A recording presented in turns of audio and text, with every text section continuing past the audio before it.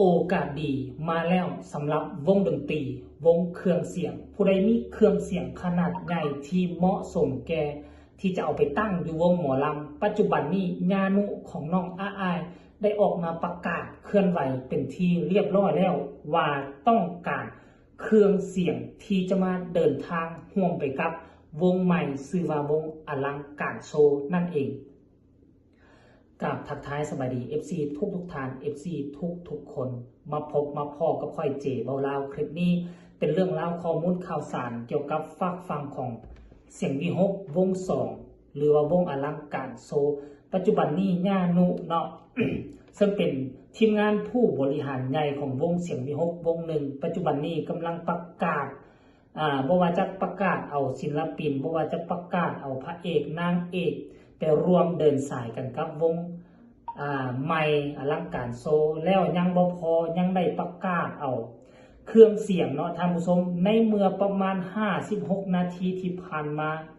ญานุเพิ่นได้ออกมาประกาศอยู่ในแฟนเพจส่วนตัวของเพิ่นบอกว่าตอนนี้เฮากำลังเฟ้นหาเครื่องเสียงที่จะร่วมเดินทางไปกับหมอลำอลังการโชว์ติดต่อหาอาจารย์กบเพื่อคุยเงื่อนไขและข้อตกลงได้เลยนะครับแล้วก็ซี่เข้าไปกบซาวทานผู้ชมเป็นโอกาสดีเนาะบ่ว่าจะเป็นนักห้องนักดนตรีห่างเครื่องแดนเซอร์ผู้อยู่เบื้องหลังผู้ทำคนนกผู้ดูแลอุปกรณ์เครื่องต่างๆคอนวอยรวมไปถึงแม่ครัวเพราะฉะนั้นนี่วงดนตรีวงหนึ่งนี่มันตั้งขึ้นมามันเป็นการเปิดโอกาสเฮ็ดให้ทุกคนมีม่องทีเวียกเฮ็ดงานทำมีบอนทำมาอาชีพท่านผู้ชมถือว่าเป็นอาชีพหนึ่งเลยได้มันไม่ได้เป็นเรื่องปกติได้ท่านผู้ชมถือว่ามันเป็นข่าวดีสำหรับ FC แฟนคลับของเสียงวีฮอกและโดยเฉพาะคือเครื่องเสียงถ้าผู้ใดมีเครื่องเสียงที่เพียบพร้อมอย่าลืมว่าอลังการโชว์นี่เวทีกับที่เล่าเดียวกันกับวงเสียงวีฮกท่านผู้ชมเนาะบูว่าขนาดเวทีขนาดไหนแต่ค่อยมั่นใจว่าขนาดค่อนข้างว่าสูสีและก็ใกล้เคียงกับเสียงวีฮกวงหนึ่งเป็นแท้แน่นอนเพราะฉะนั้นและเครื่องเสียงที่จะเอามาใส่มันก็ต้องเป็นเครื่องเสียงใหญ่กลไกของการเฮ็ดวงหมอลำนี่คือเจบ่เล่าก็บ่ค่อยเข้าใจข้อปานใดตอนมาที่ตามวงหมอลำใหม่ๆนี่บ่ค่อยฮู้พอปานใดแต่ว่าหลังจากที่ได้มาซึมซับได้มาเบิ่งแล้วโอ้ก็เข้าใจอยู่เข้าใจคือแนวใดฮู้บ่วงหมอลำนี่จัดตั้งสร้างตั้งวงหมอลำขึ้นมาบ่แม่นว่าจะลงทุนซื้อเครื่องเสียงบ่แม่นว่าจะลงทุนซื้อสังกะสีเอาไปร้องบ่แม่นว่าจะลงทุนไปซื้อหันซื้อนี่บ่เขาก็อาจจะลงทุนเฮ็ดนั่งห้างเฮ็ดขนนกเฮ็ดชุดของแดนเซอร์ต่างๆแล้วเครื่องเสียงก็จะเป็นทีมงานหนึ่งไปจ้างเขามาแล้วรวมทั้งรถเมล์รถฮับไส้ก็คือกันบางวงนี่ก็ไปจ้างคนอื่นมาต่อว่าจำเป็นต้องควักเงินตนเองไปซื้อเครื่องเสียงควักเงินตนเองไปซื้อรถเมล์ไปซื้อรถบัสเพื่อมาฮับไส้วงถ้าเฮ็ดแบบนี้มันเป็นการลงทุนที่สิ้นเปลืองหลายเนาะเจ้ามีเพียงแต่จัดตั้งขึ้นมานั่งห้านของเวทีลงทุนเฮ็ดไฟแสงสีหลังจากนั้นเนาะบางที่นี่แผนกไฟนี่ก็ยังเอามอบให้คนคุมก็มีบางวงใหญ่ๆได้วงใหญ่ๆนี่แผนกไฟแผนกเครื่องเสียงเนาะจะมอบให้คนอื่นคุมต่างหากจะไปจ้างคนอื่นมายกตัวอย่างว่าคนนี้เฮ็ดไฟเป็นก็ไปจ้างเรามาเราเอาชุดเครื่องไฟเรามาติดตั้งให้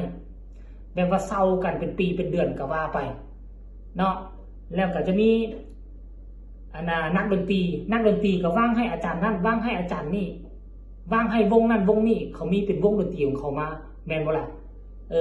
เขาเอาเงินก้อนใหญ่ไปจ้างหัวหน้าวงมาหัวหน้าวงก็เอาไปกระจายให้ลูกน้องเขามันเป็นลักษณะแบบนี้นะกลัวจะมาเป็นวงหมอลำวงหนึ่งนี่มันซับซ้อนหลายมันซับซ้อนเพราะฉะนั้นแล้วมันเป็นการเนาะเป็นม่องหนึ่งแหละที่สามารถห้องรับให้คนมีเวียกเห็นงานทำเป็นหลากหลายร้อยคนท่านผู้ชมใครมีโอกาสให้ไปด่วนติดต่อหา อาจารย์กบหรือว่ากบซาวนั่นเองท่านผู้ชมอย่าลืมว่าเนาะมีหลายองค์กรมีหลายวงมักศิลปินแล้วเนาะก็เลยว่าอยากมาร่วมงานนำก็มีบางคนบางคนเป็น FC ล่าอ้ายได้ค่อยมีเครื่องเสียงอยู่พอดีเลยอยากร่วมงานกับบอสน้อยก็สามารถติดต่อพัวพันไปหาทางอาจารย์กบได้หรือว่าติดต่อไปทั้งเพจหลักของเขาก็ได้เขาจะแนะนำเจ้าต่างๆนานาเนาะบางคนก็อยากมาอยู่ใกล้ชิดก็สามารถมาได้อย่าลืมว่ารวมทั้ง FC ของน้องคอปเตอร์นำทำผู้ชมเนาะ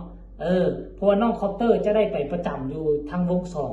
เป็นทีรักแรงแล้วและรวมทั้งพระเอกคนใหม่ล่าสุดที่หากก็เปิดโตไปนั่นก็คือพระเอกฟิล์มนาราธิป FC ฟิล์มกับธรรมดาหลายเพราะฉะนั้นแล้ว FC ฟิล์ม FC น้องคอปเตอร์2คนนี้กับบวกใส่กันนะก็บ่ธรรมดาเลยถือว่าเป็นก้อนกำลังอันหนึ่งให้แก่วงใหม่วงเขามาวงอย่างวงเสียงมี62หรือว่าวงอลังการโซนี่เนาะท่านผู้ชมเนาะก็ฮีบด่วนถ้าผู้ใดสนใจให้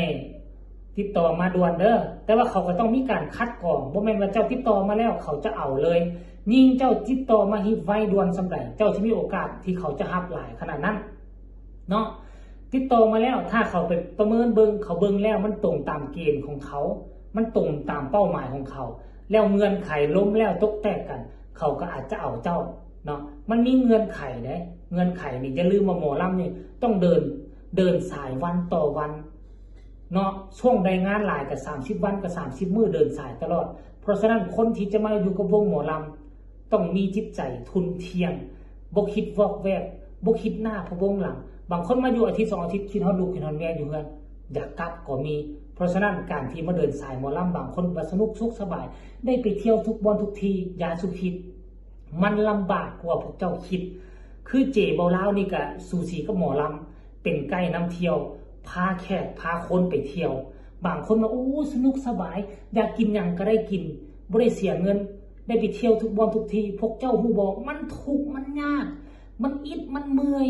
บางมื้อนี่นะแค่กินข้าวเฮายังบ่ทันได้กินข้าวซ้ำแค่กินข้าวแล้วเฮาก็จึงได้มากินตามหลังมันซับซ้อนปรนเปรกันมันเมื่อยถ้าบ่อดบ่ทนนี่อยู่บ่ได้วงการนี่นะท่านผู้ชมเนาะเอาคลิปนี้ก็ขอฝากฝังไว้ซ้ำนี้ฝากทุกคนกดไลค์กดแชร์กดติดตามเพื่อจะบ่พลาดในคลิปต่อไปที่สำคัญอย่ากดข้ามโฆษณาไผมีคำตำหนิติชมคำคิดคำเห็นแนวใดเนาะก็สามารถส่งข่าวมาได้ใครสนใจก็ให้ติดต่อไปทางเสียงมีฮกโดยเฉพาะคือติดต่อไปหาอาจารย์กบซึ่งทางบอดนุหรือว่าญานุของน้องอายเราก็แนะนำไปแล้วว่าให้ติดต่อหาผู้ใดเนาะพบกันใหม่ในคลิปหน้าสำหรับคลิปนี้บ่ขอเว้ายาวและสบายดี